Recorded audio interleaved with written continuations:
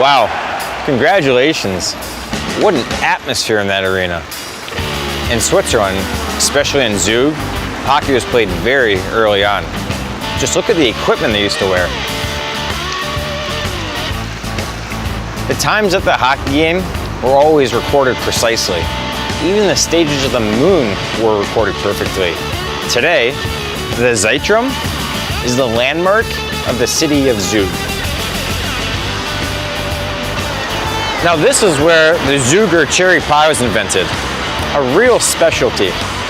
Look at it, it's even shaped like a hockey puck. That just shows how established hockey is here in the town of Zug. Look, this is where Zug plays hockey today. EV Zug is celebrating 50 years this year.